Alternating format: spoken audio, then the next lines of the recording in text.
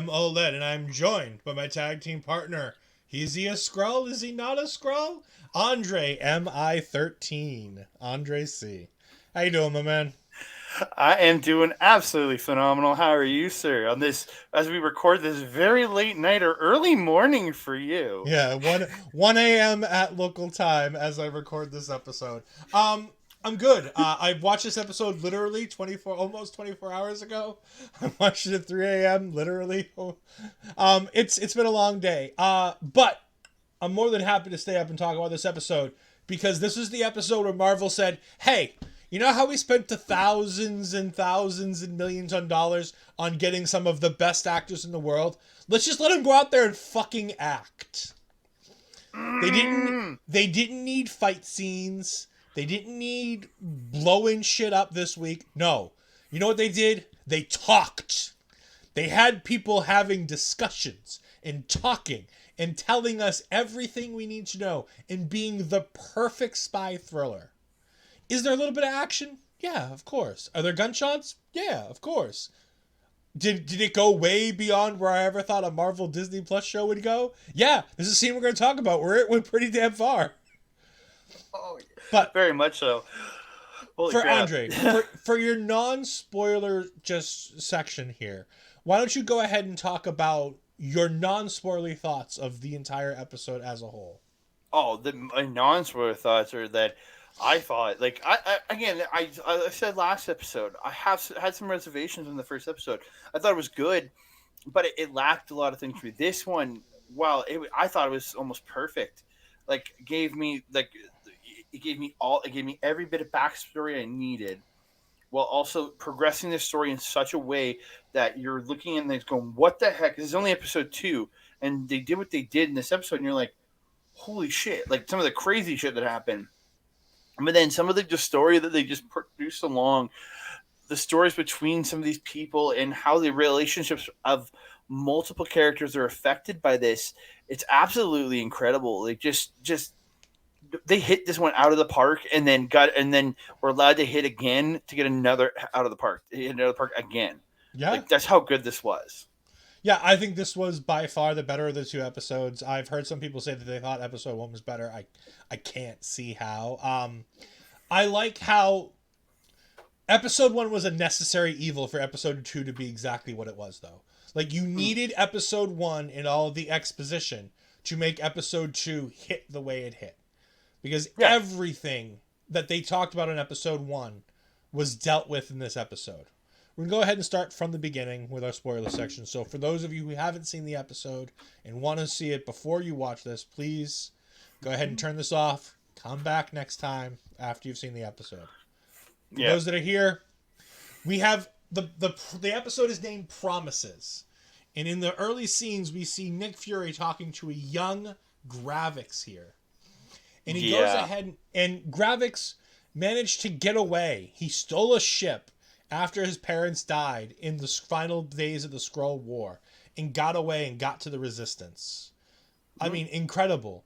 And they want him to be part of the Resistance going forward. And this is the point where Talos puts Nick Fury out there to all of the Skrulls who are here. And he says, "Look, this guy's good. He's legit. He's going to help us." And Nick Fury promises all of them, me and Captain Marvel are going to find you a home. And if you guys work with us, we'll work with you. If you protect us, we'll keep our promise to you. Like, some heavy wording in there too. Like it's like you're promising them essentially the world, but not knowing if you can deliver. Yeah. And we find out that later on in the 1997 piece that we see in this, that they can't find a planet for them. That they went out for 2 years. They searched and they couldn't find a planet where the political climate was good enough, or where the climate itself of the planet was good enough, or that the Skrulls were welcomed on another planet. So they had to come back to Earth. Which leads to a recap of last week where we see the remnants of what happens after Maria Hill's death, after the bombing. And then we get the first of our powerhouse scenes where we have just actors being awesome at doing acting. And we have the train scene. Oh, oh. Andre, why don't you go ahead and talk about Nick Fury and Talos in the train scene here? Like I couldn't ask for anything more from a guy like Ben Mendelsohn and Samuel L. Jackson to sit down, just put them in a room, and just let them just talk to each other, but with such passion, such grace, such just emotion out of both people, and like the story the Fury's telling of having to ride the train and being in the colored car and back in the day with his mom and just the story and then getting him to it's like we had a game where it's like tell me something I didn't know tell me and it was just this beautiful scene and then him being told that there's a million Skrulls on Earth and Fury's realization of this, like, what? Like he just goes from this like, hey, we're having a conversation chat. What? Like you can just see him go into like Samuel L. Jackson mode. It was just like, oh shit. The line of this portion for me is Samuel L. Jackson when he finds out there's a million scrolls. Are you out of your lizard brain mind? Which just gave credence to every single person who thinks that the lizard people are running the world and that the conspiracy theories are all real. With Samuel L. Jackson saying, is your lizard brain out of your mind? Yeah, that was so good. Like I love. And then he just like she's like just leave. This is your because they get into a station. He's like, this is your stop. Leave. He just tells him to get out. At this point, he's just like, get out. I don't want to deal with you anymore. And it was just like, and you can just see him after he leaves. He just like goes like, oh, and he just puts head in his hands. This is a man with the world on his shoulders, and it just you can see how much it's taking a toll on him in Yeah. every way. He thought maybe he had a few hundred Skrulls that he had to deal with Gravik and his team.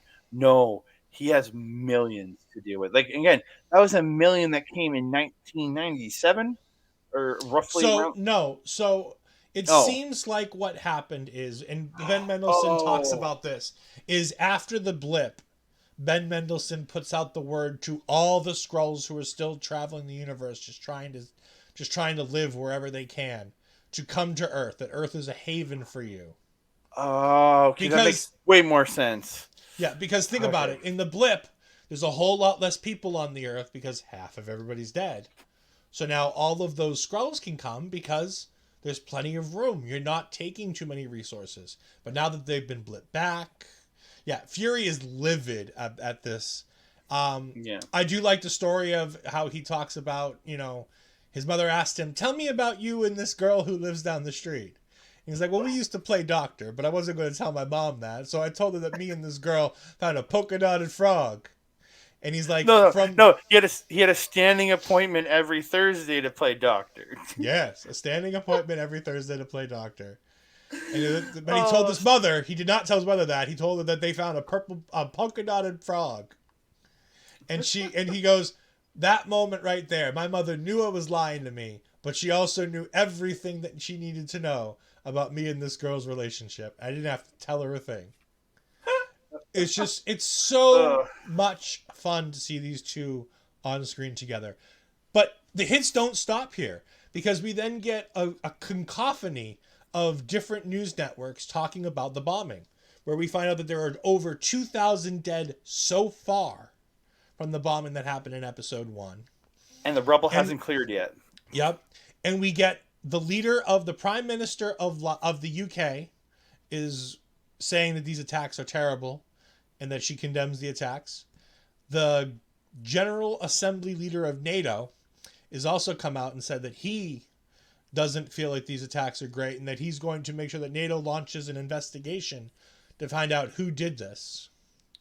And then we have Shooter McGavin popping up as essentially it's a FVX analyst for an FVX channel, but we all know that he's playing a right-wing Fox conservative who's saying that it's a conspiracy theory, that there's no way Americans would ever bomb Russia, that it's definitely not that it's a false flag, just all this propaganda bullshit that the US is great and that we would never do anything wrong.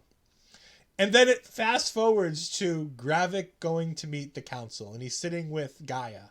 And they have this, and again, here's part 2 of the really great conversations. And him and Gaia have this conversation, and she's like, how did you know Fury was going to be there? And he goes, I didn't. I hoped. She's like, what are you trying to get out of Fury? He's like, I wanted to see him. I wanted to see what he had left. He's got nothing left. Well, I got so many theories about Gravik and Fury now. Oh, we'll talk about it at the end. But yeah, I got so many theories about that. But then he drives them to the Skrull Council meeting, and we get to see the Skrull Council. And it's so ironic that we see this group of people at the Skrull Council, whom I can't confirm. It's Pamela Lawton, a Skrull posing as the Prime Minister of the United Kingdom. Sergio Caraspani, a Skrull posing as the Commander of NATO. Chris Stern, a Skrull posing as a VXN news anchor. And we also see Shirley, who is pictured right next to Shooter McGavin. And this gentleman who you can see the back of his head here, he is seemingly a Pacific Island man, kind of an Asian-looking gentleman, who says nothing, and we have no idea who he is, but we don't know what power position he might hold, but he is a Skrull. He does transform, so we know he's a Skrull. This is the Skrull Council, and there's a great set of lines here, and if you don't mind, Andre, I'm going to go ahead and pick this up, because this was my lines of the night in this episode. Gravik sits down and he's talking to them. He's like, I see you all dressed up in the man's finery, drinking the man's wine, playing the man's game, using the man's fork and knife. The NATO guy speaks up. Better to be the human than the dog. Gravik responds, well, I quite like dogs. Dogs aren't hypocrites. Dogs don't lie. Dogs don't put people in cages. Dogs don't poison. Oh my God. Just Gravik bringing the emotional connection as to why he's doing what he's doing and how mad he is at these people and the people that they're portraying and all the things they're doing. And he's looking at this council like, I hate all of you. But in this moment, one of them speaks up. Shirley decides that she's had enough and she can't continue this. And she talks to them and she's like, look, we lost Skrullos because we were too eager to fight. We can't have another war here on Earth. But it's decided by the rest of the Skrulls that they are going to submit to Gravik, and they all turn into their Skrull form. And Gravik is named the Commander General of the Skrulls. He now has complete control over everything this group of Skrulls does. Andre, give me your thoughts on this scene. Like, just the back and forth with Gravik and the NATO dude was absolutely phenomenal. And then you had the British Prime Minister chime in too, and I thought was it Pamela Lawton? Yep. That's this person playing, or is this person playing? No, it's her. No, that's her character. And I think it just the way she and the way she like starts talking, like because like was it Priscilla or no the other one, Shirley. She starts talking about how we can't do this, and then she comes in and just goes complete opposite direction, and just is talking like, no, this is that we need to go to war. We need to take this to the humans, and essentially is what you're saying. But we need a focused person. Somebody has to be in charge of everything. And she nominates Gravik, and then you're just like, what the fuck? And then because they all seem like really against him when he walked in the room. But as soon as she makes her speech, the British minister makes a speech, they're all just like, yeah, he's the guy. And she just like, whoa, dude. And then they all stand up and turn into their Skrull form. But then Shirley just sits there and she's like, no, screw you guys. I'm going home, essentially. But in a way classier way she said it. Yeah. What I love about this is Gravik's like, go, sister. You're fine. I'm not going to seek retribution on you just because you disagree with me. Mm-hmm. She's like, no, it's fine. He's like, it's fine. You can leave. And she leaves, and the first thing she does is she calls Talos. And Talos says, go back to them. I need you to go back to them and set up a meeting between me and Gravik. We have to talk. And she's like, but he's gonna kill you. And he's like, yeah, probably, but I have to talk to him about my daughter. Yeah, he needs to figure out a way to get her out, so she's not like as brain graphic, and you know things are gonna get so much flipping worse, man. Yeah. And of course, we're gonna let you talk a lot about this because I'm sure you have a lot to say. Rhodey in front of the Council of European Leaders. Oh, sorry, the Council of the EU and the UK, and and UK, because they have to add that in because they're no there's a Brexit, right? So they have to say. I love just the way the reporter's talking about it. And he says the Council of 24 members of the EU. The UK, and just like I just couldn't help but laugh at that. I found it so goddamn funny. Yeah. No, Rhodey, dude. Oh my god! Like he finally gets this moment to shine.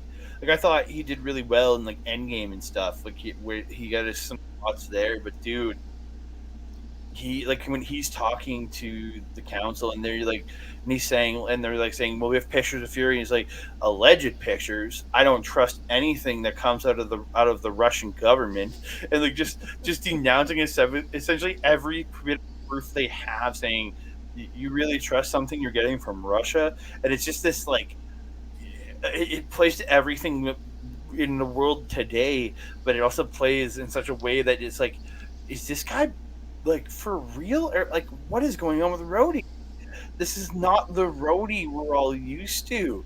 It's like what did those 5 years do to this guy? Like really, what has the world done? What did losing Tony do to this guy? Like he's completely different, and he has this like attitude of like we're like it just. I'm looking at him like, Jesus, motherfucking Christ! Am I right on this? Like, and then like yeah. And then continuing on that same vein, they keep talking to me like, does President Ritson know that we're having this? He's like, yeah, he knows. It's like, well, then did he not feel like it was important for him to be here? Like, we feel it was important that we invited him. And she's like, Brody's like, no, he sympathizes and he shares the sentiment that, it's terrible, but he's got more important things to do than show up here and talk to y'all. Oh my god! Oh, it was so good. Oh, yeah. It was such a moment for Rhodey. And then the Slovakia lady who's just like, and he looks over at his aide and he's like, if she gives me the side eye one more time, I'm gonna get in the suit and I'm gonna carpet bomb Slovakia. And he like, I love how he's like covering his mic and doing it all. It was just absolute perfection. It's not like it was a tiny ass room. They could hear him. Like guarantee they heard him say that. But it's just and then he leaves, and he gets the phone call from Fury, and he's like, "Well, who's giving you trouble? Czech Republic. And he goes, "No, Slovakia." He's like, "Well, I'll just carpet bomb him." And I love how he repeats the exact same line. It's just so great. They set up a meeting. Just the symmetry between both of them and the way they both act towards that situation is absolutely hilarious. And it's great because it sets up the friendly side of it, because as soon as we get through this, we get to the unfriendly side of it. And we get to a sit down with them. And oh my god, this is this is moment 4 of actors just getting to do their thing. So far we've seen Ben Mendelsohn and Samuel L. Jackson have their moment in the train. We saw Gravik, Kingsley Benadir, and Emilia Clarke in the car having their moment.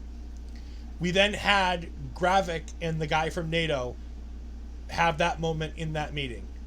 And now we get Fury and Rhodey. The moment I wanted more than anything was Fury and Rhodey.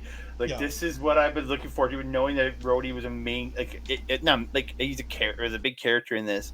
Yeah. I'm like, I just couldn't see Fury act with Rhodey. Fucking Sam Jackson and Don Cheadle on the same screen, just chopping it up in Marvel. And it just Fury says, men who look like us didn't get promoted because of who our daddies know. we wrestled every ounce of power from mediocre men like Alexander Pierce. And he goes on to say a couple other things. And he ends it with, help a brother out.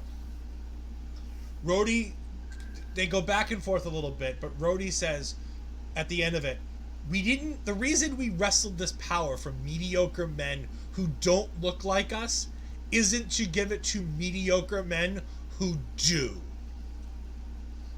Just mic drop. He then continues to talk, and he talks about how Fury has no friends and how Fury's on his own, and he's the corporate enemy number one for everybody right now, including the United States. But this is after Fury dropped the bomb. And it finds out that Rhodey didn't know about Skrulls, but he's telling him that they're everywhere. And 15 years. Rhodey's known for 15 years. And then he says, he literally goes, do we need to call in our friends? Which is referring to, like, Sam and other Avengers. I'm like... And I love Fury's response. Fury's response is no, because if we do that, we get secret invasion from the. Essentially, he says we get secret invasion from the comics, but he says we get our friends being labeled as terrorists and being duplicated. And it's funny because that's the second time we hear Avengers. We didn't mention it earlier, but in the Skrull Council meeting, they say the same thing. What happens if the Avengers come? And Gravik's like, if they do, they do. Like, we're fine. Because Gravik has a plan up his sleeve. Oh, he does. Oh, boy, does he have a plan up his sleeve. But back to the conversation. So Rhodey fires Nick Fury. Nick Fury is no longer part of the U.S. government. He's been fired. And Nick Fury says, oh, were you the one that they chose to do this? He's like, no, I volunteered. And Nick Fury... That one, I was like, you piece of shit. But he doesn't, like, I chose that line, but there's so much more to it, where he talks about how, like, he chose to do it because of the fact that he wanted to sit across the table from a man that he respects, from a man who taught him so much, from a man who has the same kind of commonality in the military, in personal lives, in professional lives, in their ancestral history. He even mentions that the fact that they're both black and the race bringing in, this is not the first time, and I'm so glad that we continue to bring in the race element into this, because it's, in this day and age, it's a necessary thing to be talked about, and it was done so well in Falcon and the Winter Soldier, and I'm so happy to see it continue to be played out with two black men talking and having a feelings discussion. It was so great. And it all ends with Nick Fury leaning into Rhodey, and he goes, even when I'm out, I'm in. Dude, him, like, just quickly disarming the agent that came up to him, flipping him around, getting him into, like, a hammer lock, and, like, standing there, and the other guy, you can see him in pain, and then he just, like, snaps the arm. I'm just like, damn, like, for a guy who's been kind of run down and kind of slow, he's quick. And then all I can think now is these theories that I'm seeing online is he really this slow and run down? Because he did it like that so easy to this guy. But then I also look at, like, he wouldn't be hiding his slowness and would have let Maria Hill get killed. Because again, that one, it's hard to see if that's actually true or not. But again, he's just all these little signs. It's like, is this guy really that run down? And you're just like, oh, there's so much. I cannot wait for the next episode just to see where this goes. Speaking of Maria Hill, we do get a scene, I believe it's shortly after this.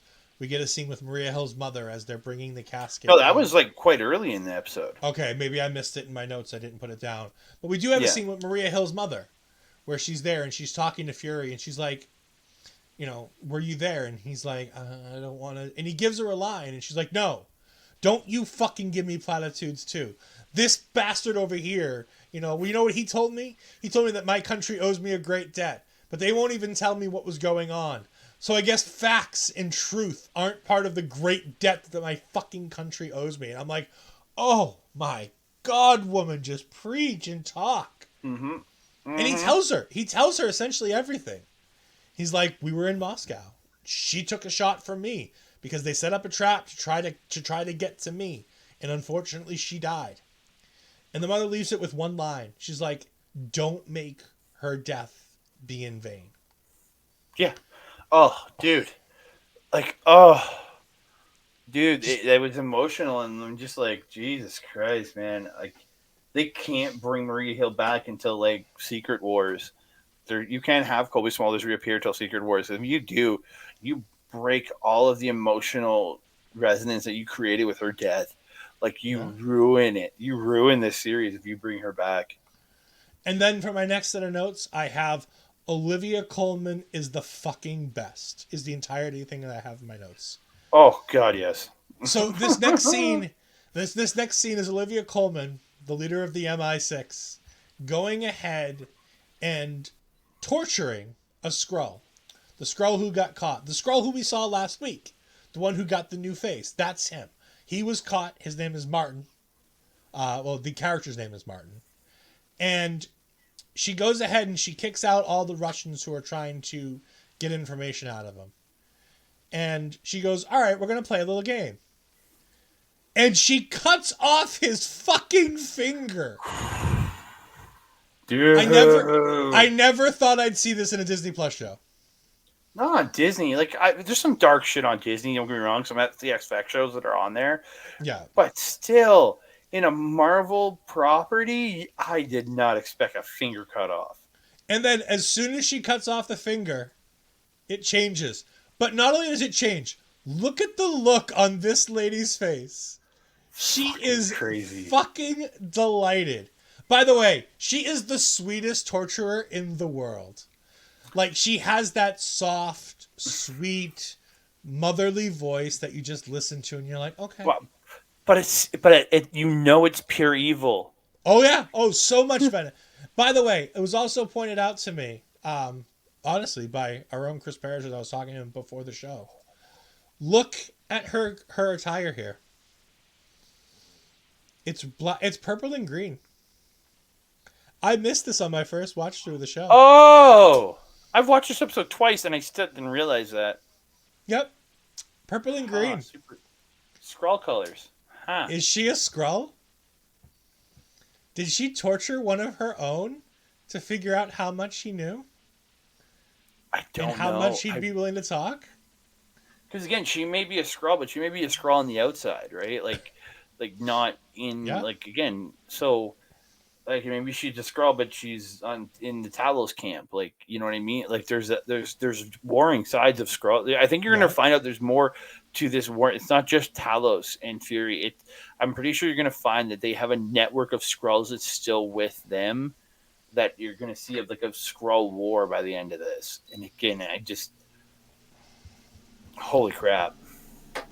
But the new commander general of the Skrull army, the Skrull people, comes back to a boisterous applause, and he talks to his people, and he goes ahead and sends his number 2, who I still hate. I hate this guy. He's so creepy. He's so weird. I don't like him. But he starts talking to some scientists who are doing some research. And they have a big machine, and they're trying to create something, and they keep talking about the harvest and how they were given 3 sites for the harvest by Gravik, but they were all empty. But to continue their work, and you're like, I wonder what that's all going on. And it continues where Gaia, who sees all this, we're seeing all this through the eyes of Gaia as she's sneaking around trying to get as much information as she can. She then goes into the Skrull computers, and she finds this about the Skrull harvest. They're harvesting pieces of people and characters from the Marvel Cinematic Universe. A piece of Groot from the battle in Endgame and Infinity War. We have a Frost Beast from Jotunheim. From how they got that, I don't understand. London. Oh, London. In Thor 2. Right.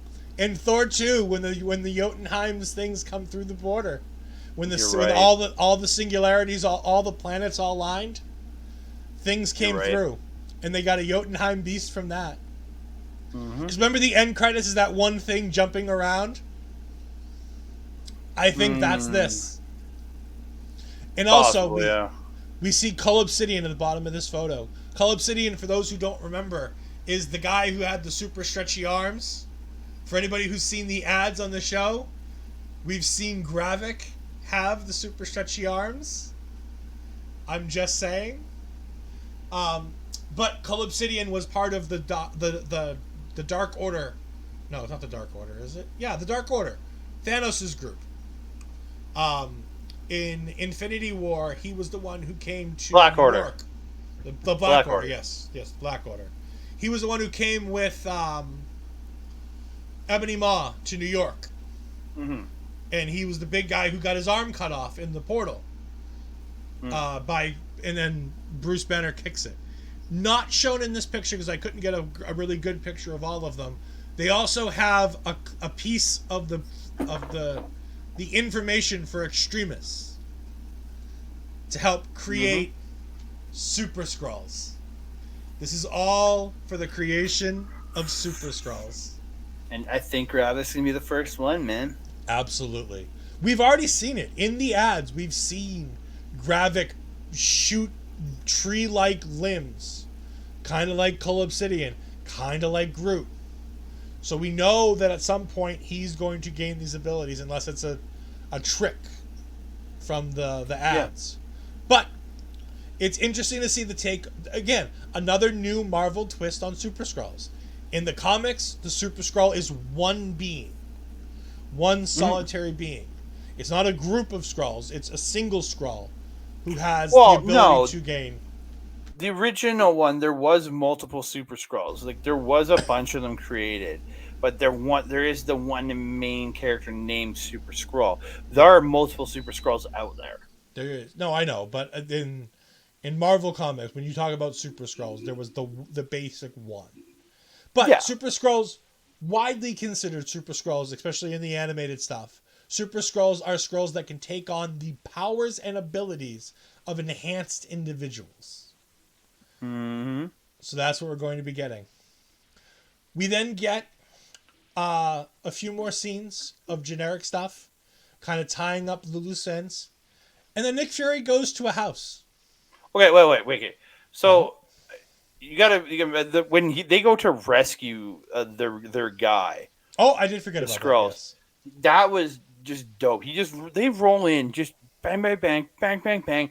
No, they don't even seem to flinch when they're shooting the Skrulls. It's crazy how they pretend like how good they are, and then they get there, and then her torture methods were gross. Just would she inject the dude with some stuff that's like burning him from the inside or something? She boiled his blood to 160 degrees centigrade.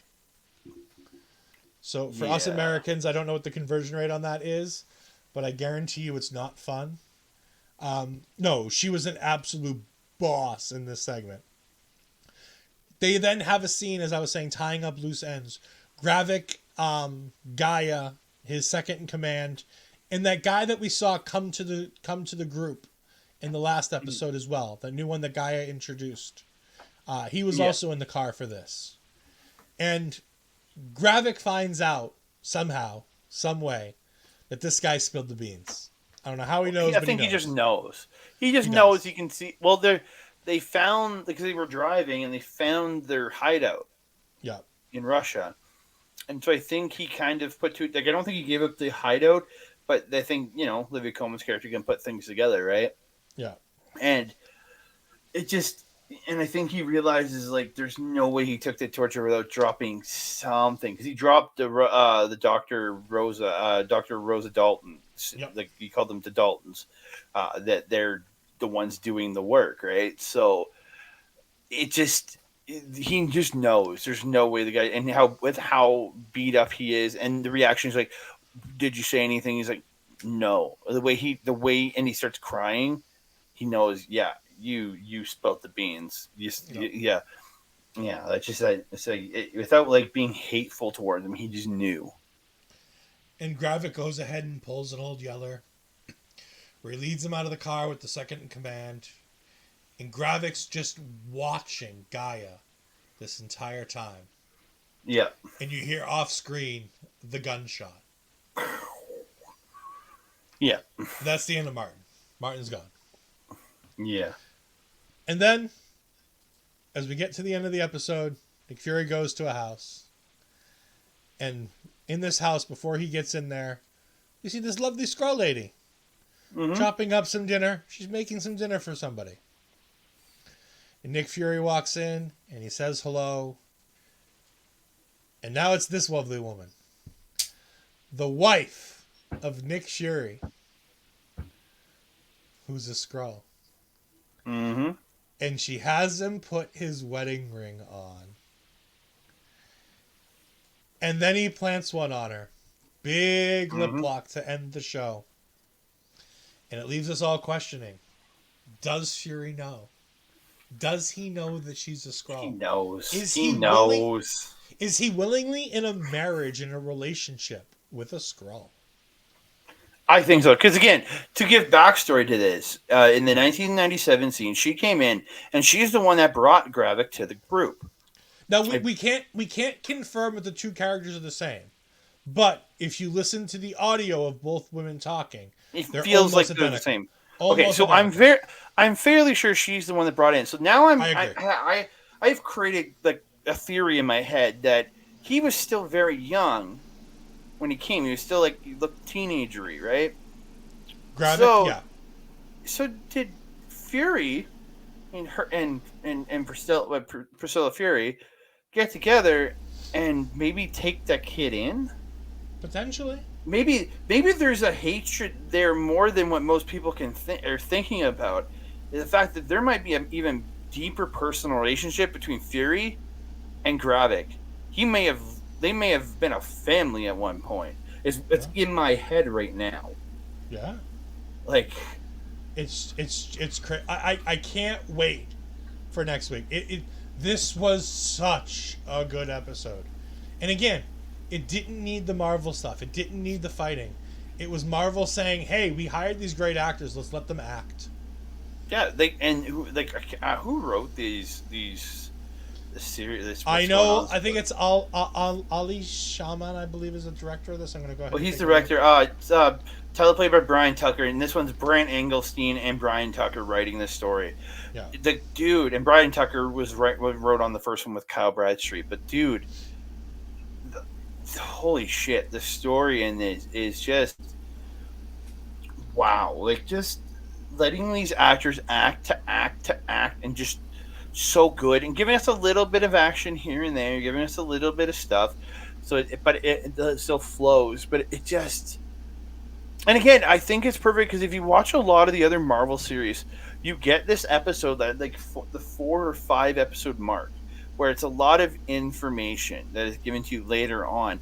I'm very happy they did the information episode to give us all this story, give us some backstory, give us like deep information to this, so that maybe you don't need to have that information, as big of an information story, come episode 5. Yeah. You know what I mean?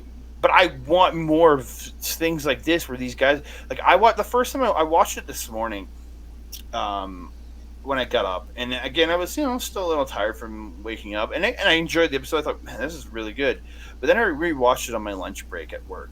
I get an hour at lunch, so I watched it, and I'm just, by the end of it, I was like, this is absolute brilliance. That's where all of the actors, because I'd already seen it once, so I could just start paying attention to the little things again, and I think all of it, just the brilliance of it was just amazing. Yeah. Andre, what was what's your favorite thing from this episode? Rhodey. He just the way the swagger he had in the meeting with the European Union and Great Britain, and then I love saying it like that, and then just the utter big dick swinging energy he walked into that meeting with Nick Fury that he had, and that he just pretty much slapped it on Nick Fury's forehead. And just the way he did it, and that I absolutely, he stole this show from me, man. Like, he stole the episode from me. Just the acting prowess of this guy was absolutely phenomenal. And then a very close second is Gravik in this. I thought Gravik was absolutely stellar in this episode. And then right behind that's Fury. For me, this episode revolves around the Olivia Colman stuff. Like, I can't get over that. It's not long. There's not a lot of time for her in this episode. But man, she comes in, makes a statement, and leaves. And such a good thing for her. And I love how her character is deadly serious and you believe that she's going to do everything she says she's going to do, but she says it so sweetly and gently that you just can't not listen to her. Mm-hmm. But Andre, I want you to go ahead and tell all the people where we can find you. You can find me on Twitter, Mastodon, and Hive at that Canada guy. Instagram at that Canada dude. You can find myself and my co-host over on Andre Melball Wrestling Talk Melball. We just dropped a NJPW episode this past Tuesday. On Thursday, the same day today. I guess today we're dropping this on Thursday, right? Yep. Yeah, so same day today, over on Andre Melville Wrestling Talk, we have a review of the Stardom June 11th show with the 10-person elimination match main event. Very good show there from Stardom. And then next week, we're going to be back with lots more content. We got the Stardom Sunshine show. We're going to be talking the Stardom Independence Day, or not Stardom, the NJPW Independence Day shows next week. A lot of great content coming up. Absolutely phenomenal coming from us. And then you can also catch me here for the next few weeks for sure doing Marvel Talk. One word answer. Are you excited for July 5th when you get to see Julia take on Willow Nightingale? Oh my God! And they're in a tag match the night before. Super excited for that, and with Momo Kogo and Thekla. Yeah, baby. Yeah. And then and I have just this feeling Julia's taking that belt, and we're gonna see her come stateside a few times this year, and that's gonna make me so happy. For me, you can go ahead and find me on Twitter at EdFries12584. You can find me on Twitch at EdFries2002. I've started doing some gaming streams on there. You can also find me every Tuesday with my co-host Astrid Pizarro as we talk all things NXT every Tuesday night. We just launched our episode about Week 2 of Gold Rush, which was main evented by Carmelo Hayes versus the Lone Wolf, Baron Corbin. The Lone Wolf is back. Thank God. Oh, such a great episode. I think it's a one-time deal. I'm hoping for more. But it was great to see. You can also catch me. We're going to be finishing up Season 1. We're not sure about the date yet. Stay tuned to my Twitter and to the Our Local Establishment Twitter to find out when we're going to do that. But me and Parrish are going to be doing our WrestleMania episode sometime next week. We're going to watch every single match, which includes 7 matches on both sides, 14 matches in total. It is going to be a great time. We're going to be wrapping up Season 1. That sounds like WrestleMania, 14 matches. Yeah, 14 matches. It's definitely a New Japan AEW show, that's for damn sure. 14 matches. Yeah. Gotta get all those titles on the line. Yeah. They only had 9 on the main card. 5.5 hours later, it was finally done. Mm-hmm. But make sure that you catch us every week as we do Secret Invasion. Also, don't forget that we have coming up, we are going to have Loki episodes starting in October. Weekly episodes for Loki Season 2 starting in October. We then have a special one-off episode for the Marvels coming in the early November. And then me and Andre are going to do a monster episode where we talk about all of the episodes of Echo in one show. We're going to go episode by episode in one long show where we talk about each individual episode of Echo as it is all dropping at once for the first time in a Marvel Disney Plus series. We're getting all episodes at once. I am so excited for that. We have a lot to talk about the rest of this year on Marvel Talk. We will be having multiple other episodes as the news is continuing to come in as Kang looks like he's going to be okay. As today we found out that Jonathan Majors' ex-girlfriend was apparently arrested by the New York City Police Department. And it looks like Jonathan Majors might be fine. We'll see more as his court dates continue. But the news coming out today is that Jonathan Majors has presented evidence that the fight did not take place the way they did, and the New York City Police Department has arrested his ex-girlfriend. So that means potentially Kang will be allowed to continue, which would be great for Marvel because God, they could not afford to lose him. But again, It's too early to tell exactly what's going on. We want all parties to get what belongs to them. So if it means that we don't get Jonathan Majors, that's fine, because those kinds of acts can't be allowed. But at the same time, if Jonathan Majors was wronged, Jonathan Majors belongs to have his day in court as well. But again, it's too early to tell. I'm not a legal expert. I'm going off viable sources from people like Newsweek. Reliable sources like Newsweek. Because I trust Newsweek. I don't trust random Joe Blow on the internet that says, oh, this is what happened. But when Newsweek is out here and saying these are the things that are going on, it's believable.